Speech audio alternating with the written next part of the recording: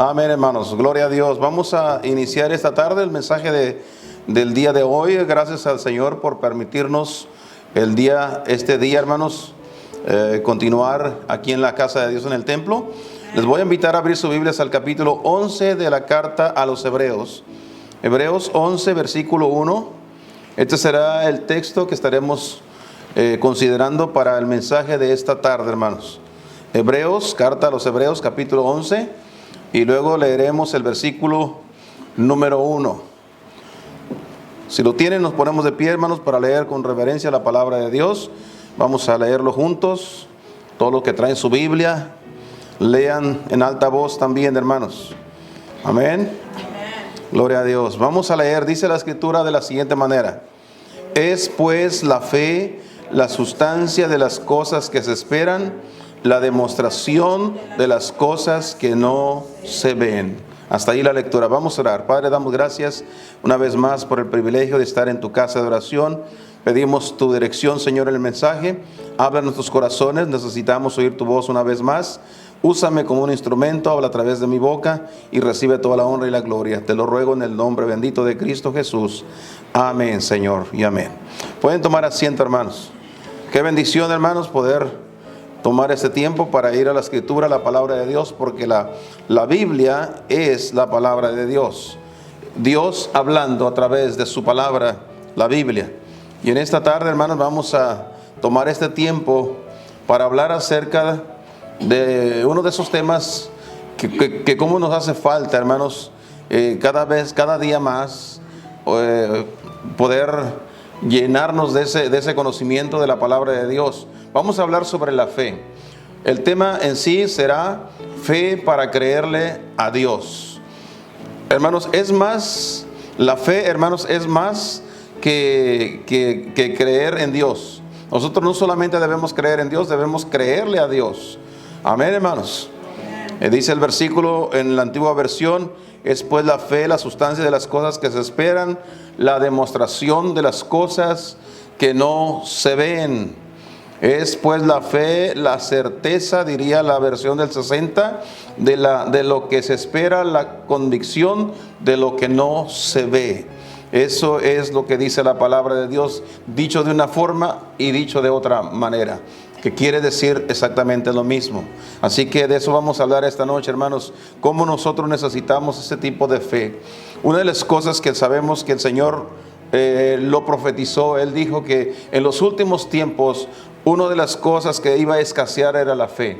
Cuando el Hijo del Hombre venga, el Señor dijo así: cuando Él venga, ¿hallará fe en la tierra? ¿Hallará fe en la tierra? ¿Por qué hizo esa pregunta? No es porque Él no supiera, sino porque Él quería que nosotros nos diéramos cuenta que al final de los tiempos la fe iba a escasear. Vivimos en esos tiempos. Estamos ya en el tiempo donde la gente no cree. Y muchas veces la misma gente cristiana tampoco cree. Y lo podemos ver cuando pasan por algunas circunstancias. La fe se decae. En lugar de crecer, se decae en algunas personas. ¿Dónde está nuestra fe entonces? El Señor le preguntó a sus discípulos en aquella ocasión, cuando atemorizados estaban por las olas del viento, les hizo la pregunta: ¿dónde está vuestra fe? ¿Y vuestra fe dónde está? ¿Por qué no tenéis fe? ¿Dónde está la fe que decimos, la fe que proclamamos tener? ¿Dónde está? Porque a veces nosotros nos llegamos al punto de dudar de lo que Dios puede hacer en nuestras vidas. Necesitamos una fe, hermanos, una fe suficiente que pueda creerle a Dios. Y cuando digo creerle a Dios, es creer la palabra de Dios. Porque hay personas que, aunque van a la iglesia y aunque se llaman cristianos, dicen: bueno, pero eso no quiere decir eso. ¿Por qué nosotros ponemos en tela de juicio? ¿Por qué dudamos de lo que dice la palabra de Dios? Porque no le estamos creyendo. No creemos. Las versiones de la Biblia, hermanos, en los últimos años, todas las versiones de la Biblia han sido con el fin de que la gente entienda mejor la Escritura. Y es por la misma causa que acabo de mencionar, porque se ha visto a través de los años que la gente no cree en la palabra de Dios. Entonces los que han modificado la Escritura lo han hecho con el fin de intentar hacer que la gente pueda entender y creer mejor. Pero hermanos, la palabra de Dios debe ser entendida espiritualmente. No importa en el idioma y en el lenguaje que se lo pongan, si la gente no es espiritual, no lo va a creer igual. Así que necesita, hermanos, que nosotros tengamos una fe verdadera, suficiente para poderle creer a Dios. Hay tres cosas que quiero mencionar esta tarde, hermanos, acerca de para qué o por qué necesitamos nosotros tener esa clase de fe. Hay tres cosas en que tenemos que tener mucha fe, no poca fe, pero mucha fe. Fe que resalte, fe que se eche de ver. Cuando hablamos de hombres y mujeres de fe, estamos hablando de personas que se les nota, que se echa de ver, que tienen fe, que creen en Dios. Y no solo que creen en Dios, sino que le creen a Dios. Hacen las cosas porque Dios lo dice, aunque el mundo diga lo contrario, aunque nuestras amistades nos digan lo contrario, nosotros seguimos creyéndole a Dios. Si Dios dice que no, entonces es no. Y si Dios dice que sí, entonces es sí. No importa lo que el mundo diga, hermanos. Nosotros tenemos necesidad de tener una fe tan alta, tan grande y tan evidente que podamos hacer notar a los demás que sí somos hombres y mujeres de fe. La Biblia habla acerca de Abraham. Ustedes que han estudiado la vida de Abraham, la Biblia no lo menciona como un hombre de fe. El padre de la fe, así se dice de Abraham. El padre de la fe.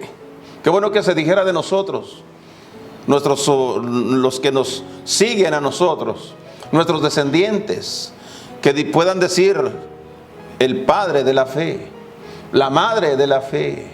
Qué bendición, ¿no, hermanos? Porque eso se transmite.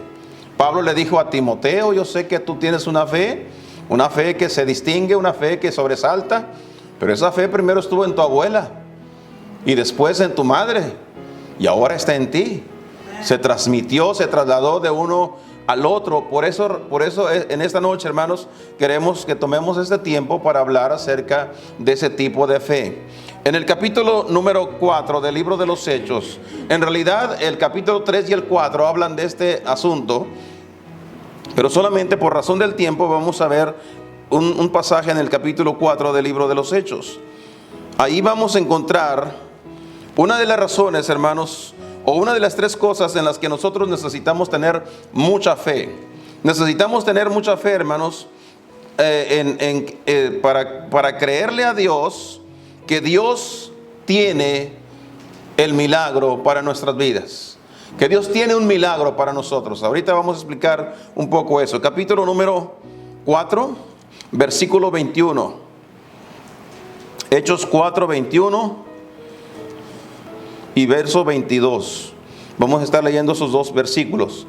Dice: ellos entonces los despacharon, amenazándolos, no hallando ningún modo de castigarlos por causa del pueblo, porque todos glorificaban a Dios de lo que había sido hecho. ¿Qué había sido hecho? Había sucedido un milagro. En el capítulo 3, ahí comienza la narración de un hombre que estaba paralítico desde el vientre de su madre, es decir, que nació paralítico. Jamás en su vida había caminado. Y ese hombre, pasaron los años y no tenía manera de subsistir más que pedir limosna.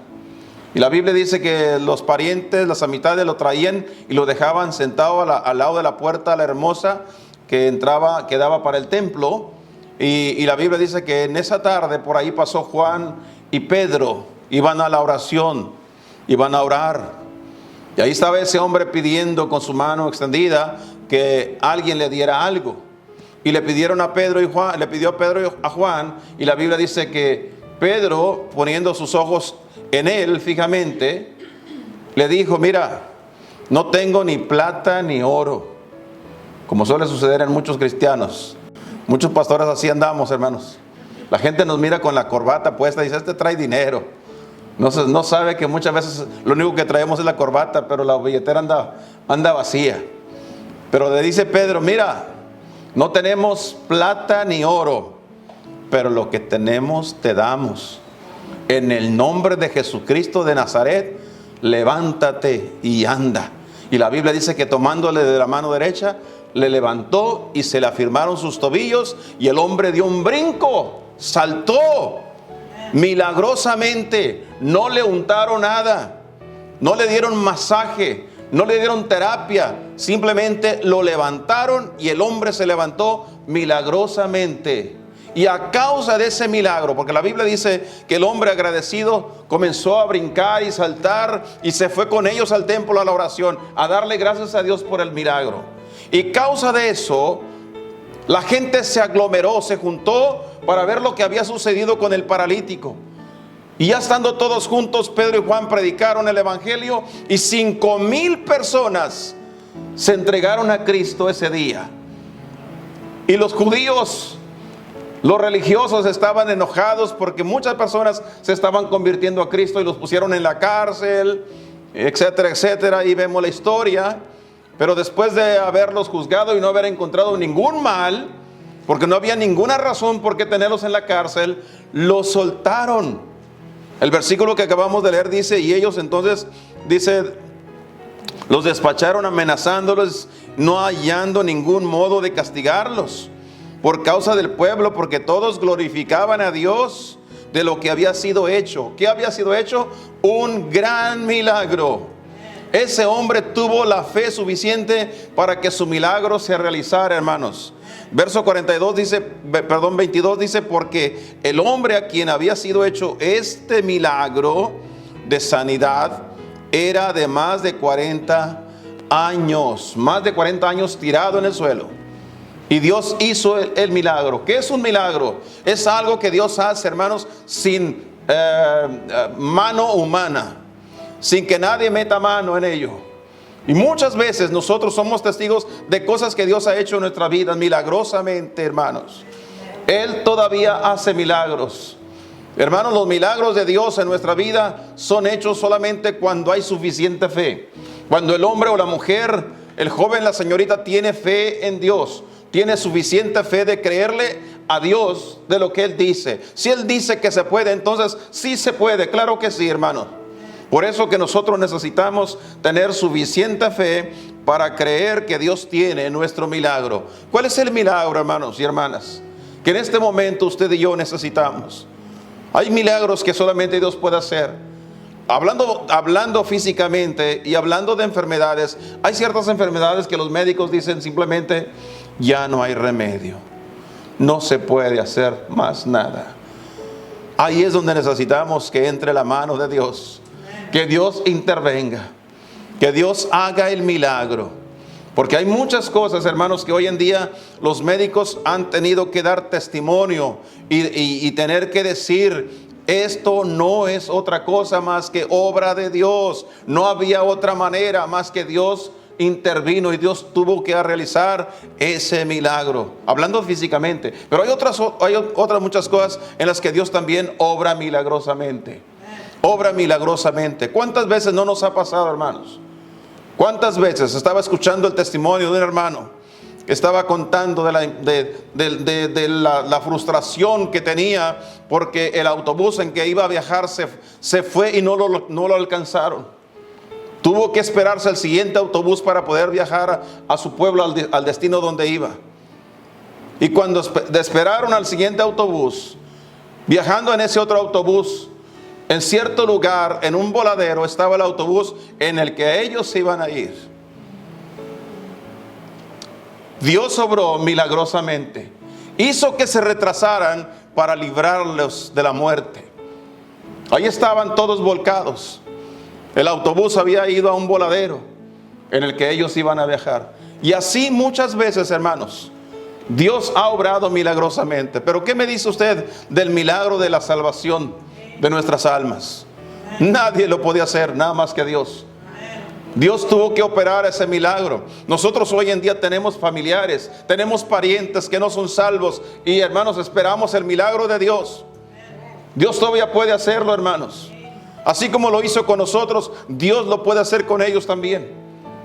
Sabemos que Cristo viene, pero nos tiembla el corazón el saber que el Señor viene y nuestros parientes no son salvos.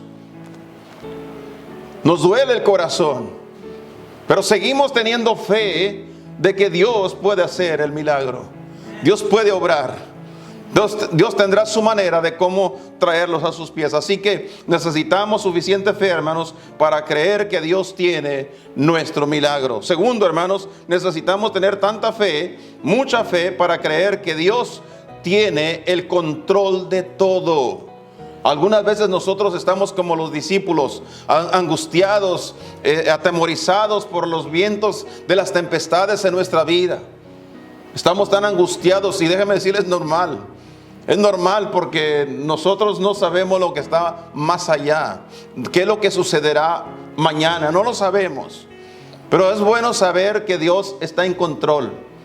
Alguien dijo: yo no tengo temor del día de mañana, porque Dios ya está ahí. Dios está en el día de mañana. Y si Dios está en control del día de hoy, lo estará también del día de mañana. Gracias a Dios. ¿Cómo hace falta tener ese tipo de fe, hermanos? Creerle a nuestro Dios que Él está en control de todo. En el capítulo 6 de Marcos, vaya ahí por favor. Estamos considerando algunos textos. Marcos, capítulo número 6. Busque el versículo 51. Marcos 6, 51, aquí hay una historia muy interesante. Dice: y subió a ellos en el barco y calmó el viento, y ellos en gran manera estaban fuera de sí y se maravillaban. Este versículo habla del control que el Señor tiene de las cosas. ¿Qué hizo el Señor cuando subió al barco? Calmó el viento. ¿Qué es lo que atemorizaba a los discípulos? El viento, la tempestad, la tormenta que golpeaba el barco. Pero llegó el Señor a controlarlo todo. Algunas veces nosotros, hermanos, estamos pasando por algunas tormentas en nuestra vida. Dificultades, problemas personales, problemas matrimoniales, problemas familiares. Algunas veces no hallamos qué hacer. He sabido de padres cristianos que hijos se han ido al mundo y se han envuelto, hermanos, en el mundo profundamente. Se han metido en drogas, en vicios, en muchas cosas. Y los padres cristianos sufriendo la tormenta. Pero Dios está en control. Dios está en control. Quisiera pensar qué pasaba por la mente del padre del hijo pródigo cuando el hijo se fue y se fue a vivir perdidamente. ¿Qué pasaría por su mente? ¿Qué tormenta lo agobiaría durante todo ese tiempo? Sin embargo, aprendió a creerle a Dios. Dios lo va a traer. Dios va a hacer que vuelva. Un día Él regresará. No sé cuándo, pero Dios lo hará, porque Dios está en control. Cuando leo la historia del hijo pródigo, hermanos, no me queda otra cosa más que pensar que Dios estaba en control. Porque la Biblia dice que vino una grande hambre y vino en la tierra donde estaba el hijo pródigo. Nada más allá. Ahí es donde comenzó a faltar. Dios está en control. Hizo que perdiera todo. Hizo que lo malgastara. Y luego cuando lo malgastó comenzó a faltar. Hermano, hubo un hambre en aquel lugar que no había de dónde echar mano. Todo porque Dios estaba trabajando para que el muchacho regresara a casa.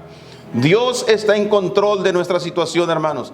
No importa la gravedad del problema, no importa, hermanos, la situación en que estemos pasando, Dios todavía sigue estando en control.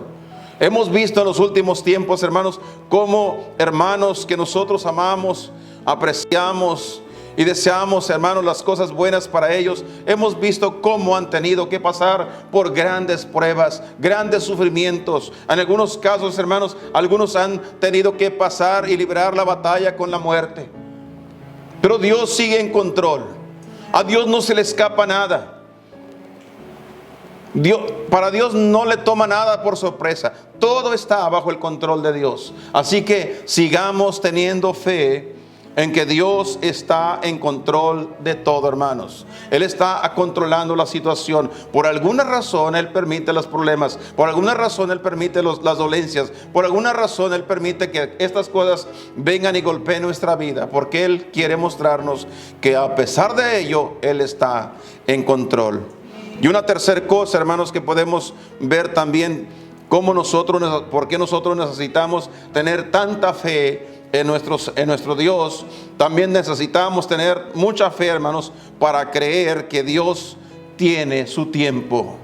Necesitamos mucha fe para creer que Dios tiene su tiempo. Si hay una cosa que nosotros, hermanos, nos molesta, es que las cosas no se hagan en el tiempo que nosotros queremos. Hay personas que inclusive abandonan el camino de Dios porque Dios no les ha contestado sus oraciones. ¿Por qué Dios no me contestó? ¿Por qué Dios no ha hecho como le pedí? Y se han ido del camino de Dios. Se olvidaron de algo importante. Necesitaban haber tenido tanta fe para creer que Dios tiene su tiempo. Dios tiene su tiempo. En el capítulo 4 de Gálatas, por favor, vamos a ir, hermanos, más adelante en nuestras Biblias. Gálatas capítulo 4, mire lo que dice la Biblia acerca del tiempo de Dios. Mas venido el cumplimiento del tiempo, Dios envió a su Hijo hecho de mujer, hecho súbdito a la ley. Dios le había prometido a Adán y a Eva un Salvador, allá por el capítulo 3 de Génesis. Iba a venir el que iba a salvarlos del pecado. Y se pasaron muchos años para que se cumpliera la promesa de Dios. Dios tenía su tiempo. No vino antes ni vino después. Vino justamente en el tiempo señalado. El tiempo señalado. Todos a través de la historia, hermanos, desde Noé, desde Adán, desde Abraham, todos los patriarcas, todos esperaban la venida del Mesías. Ellos sabían que iba a venir. Moisés lo esperaba. Él lo profetizó. Los profetas lo profetizaron. Y sabían que en el tiempo de Dios iba a llegar el Mesías. Así que estaban todos esperando el tiempo. Y cuando llegó el tiempo dijeron, ya está entre nosotros. Juan el Bautista dijo, he ahí el Cordero de Dios que quita el pecado del mundo. Juan nació justamente un poco antes para ir preparando el camino del Señor. Así dice la Biblia. El tiempo de la venida del Señor a esta tierra para salvar la humanidad fue en el tiempo que Dios tenía establecido, hermanos. Dios tiene su tiempo. En el capítulo 6 de esta misma carta, el versículo número 9, mira lo que dice aquí. No nos cansemos pues de hacer el bien, que a su tiempo. ¿Cuál tiempo? El tiempo de Dios. A su tiempo segaremos si no hubiéremos desmayado. Hermanos y hermanas, sigamos sembrando, hagamos el bien a todos, porque va a llegar el tiempo en que vamos a cosechar. Qué bendición, hermanos, cuando el agricultor pone la semilla en la tierra y pone, hermanos, toda su fe y su confianza en que esa semilla va a brotar. Y una vez que brota, todavía tiene que seguir esperando para que madure, crezca la planta y dé el fruto. Esa es la bendición del que siembra, hermanos. Tenemos que tener tanta fe para creer que Dios tiene su tiempo. Va a llegar el tiempo en que seremos recompensados. Algunas veces Dios lo hará aquí en la tierra, otras veces lo hará cuando estemos en su presencia. Todo lo que hacemos para el Señor, nada es en vano, dice Pablo a los Corintios también. En el capítulo número 2 de la segunda carta a los Tesalonicenses, vea otra cita rápidamente, hermanos. Segunda a los Tesalonicenses, capítulo 2, el versículo número 6. Mire lo que dice acá la palabra de Dios, hermanos, también. Dice, y ahora vosotros sabéis lo que impide, para que a su tiempo se manifieste. ¿A qué se está refiriendo? El 5 dice, ¿no os acordáis que cuando estaba todavía con vosotros os decía esto? ¿Qué es lo que les enseñaba? Que vendría el tiempo cuando el Señor vendría por su iglesia. Y ahora vosotros sabéis lo que impide, para que a su tiempo se manifieste. Va a llegar el tiempo en que el Señor se va a manifestar. El tiempo del Señor Jesucristo es el tiempo perfecto de Dios. Algunas veces nosotros ansiamos que el Señor llegue. Y a veces anhelamos que ya el Señor ven por nosotros, Señor. Sácanos de este atolladero. Los problemas en los que estamos, a veces nosotros clamamos y pedimos, Dios, ya quiero estar allá.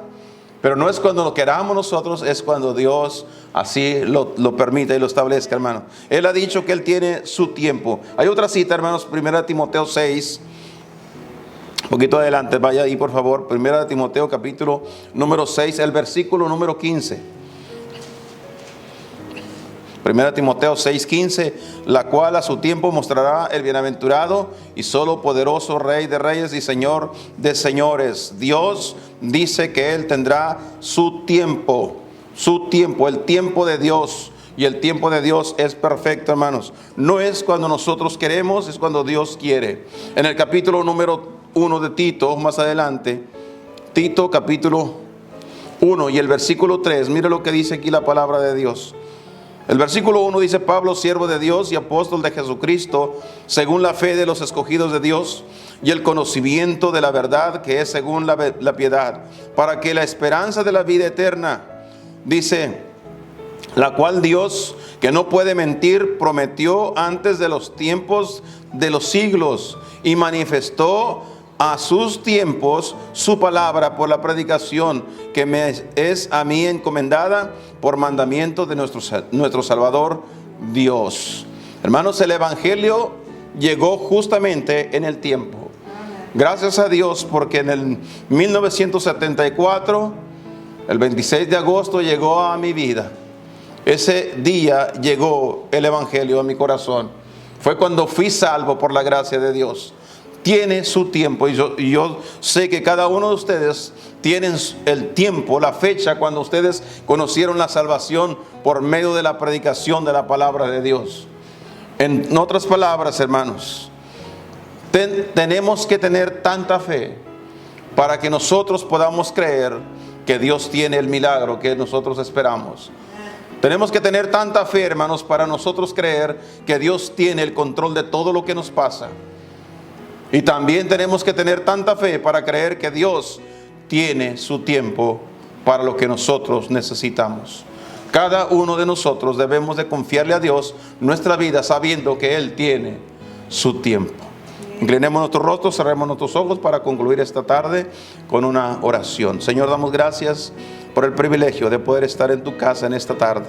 Gracias por esta oportunidad, bendícenos a cada uno, que al terminar seas con cada uno de los que hemos llegado. Ruego por los que no pudieron estar, para que donde ellos estén, tu mano poderosa se extienda y trates con cada uno de ellos. Mi Dios, gracias por todo. Continúa con nosotros en el precioso nombre de Cristo Jesús. Amén, Señor, y amén. Amén.